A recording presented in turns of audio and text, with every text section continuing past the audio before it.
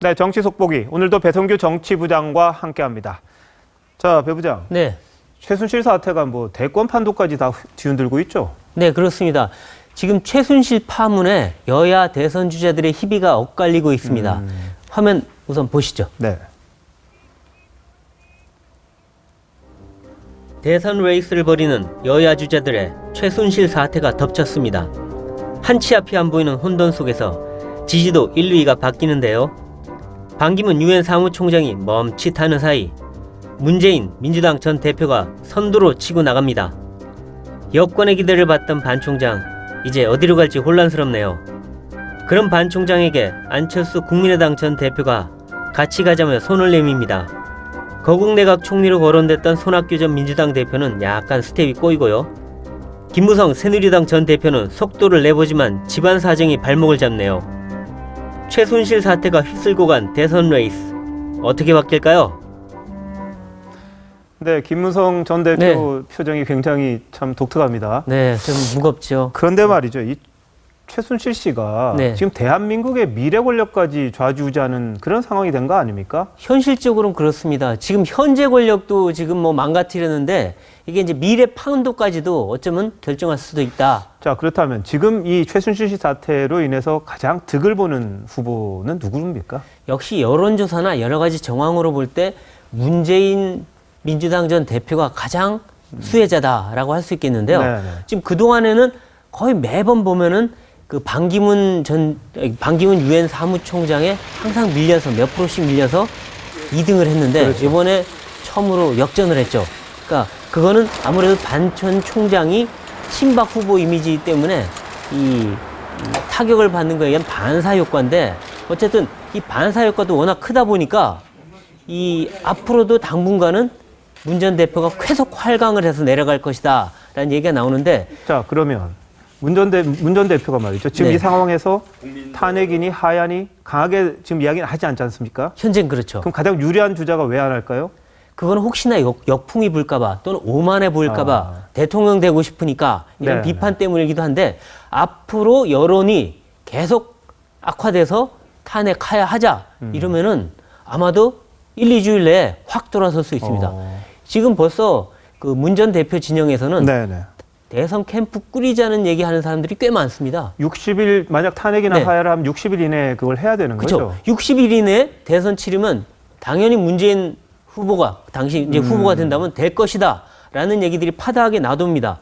그렇긴 한데, 근데 어쨌든 그거는 그 하야 때 가정된 일이고 앞으로 얼마나 남았을지 모르는데 1등으로 나선 게 항상 좋은 것만은 아니에요. 맞바람 세게 붑니다. 스키 타고 내려갈 때. 그렇죠. 그리고 뒤에서 견제도 많아요. 그러니까 잘못 삐끗하면 어떻게 넘어질지도 모르기 때문에 이것도 불안한 1등이다.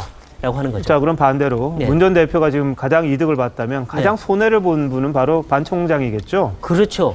왜냐하면 최순실 씨 파문의 흙탕물을 온통 다 뒤집어쓴 그런 형국인데 아니 본인이 뭐 친박 후보로 나가겠다고 말한 적은 없지 않습니까? 말한 적도 없는데 친박 진영에서 하도 그 이미지를 씌워놓다 보니까 본인은 좀 억울한 면도 있을 거예요. 근데 어쨌든 지금 이 상황에서 이 반 총장이 이 어디로 가야 될지 지금 알 수가 없는 상황이 되어버렸어요. 이제 여권으로 친박 쪽으로는 도저히 갈 수가 없는 상황이고 그렇다고 제3지대 얘기하는데 말은 좋아요. 근데 제3지대란 게 뭐냐면 이 그늘도 없고 군량미도 없고 아무것도 없어요. 허허 벌판입니다. 특히나 이 경험도 없고 돈도 조직도 없는 반 총장한테 가시밭길이 될 수가 있어요. 그렇다 보니까 반 총장이 코바디스 신이 어디로 가야 됩니까? 이런 상황이 되는 거죠. 그리고 우리나라 정치에서 제3후보가 성공한 경우도 없지 않습니까? 별로 없죠. 그렇다 보니까 아무래도 제3지대에 가더라도 누군가 연대해서 가야 된다. 이런 얘기가 나오는데 어쨌든 반 총장으로서는 홀로서기 친박 이미지 벗기에 가장 좋은 기회가 될 수도 있고 제3지대에 뿌리를 내릴 수 있는 그런 새로운 도전의 장이 될 수도 있다고 봅니다. 국민의당과는 어떻게 될까요?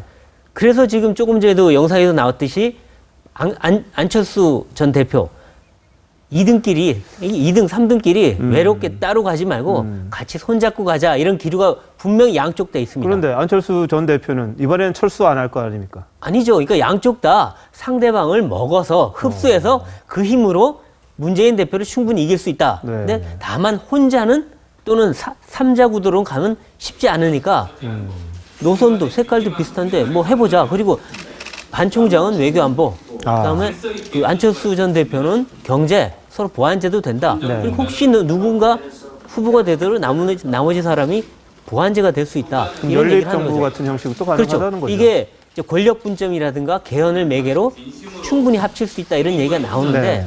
그래서 뭐 빅텐트 얘기도 나오긴 한데 이 제3지대에 얼마나 큰 텐트가 쳐질지 모르지만 네. 두 사람 몸집이 워낙 커서 그 텐트 안에 두 사람이 다 들어갈 수 있을지 잘못하면 텐트 무너지는 거 아닌지 그런 우려도 자, 있습니다. 마지막으로 그럼 여권은 지금 후보가 있습니까?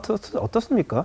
여권 참 후보가 있긴 한데요. 네. 꼴찌 경쟁을 하고 있습니다. 아하. 한 뭐 4-5명이 다 고만고만한 걸 네. 꼴찌를 하고 있는데 지금 뭐 실현의 계절이에요.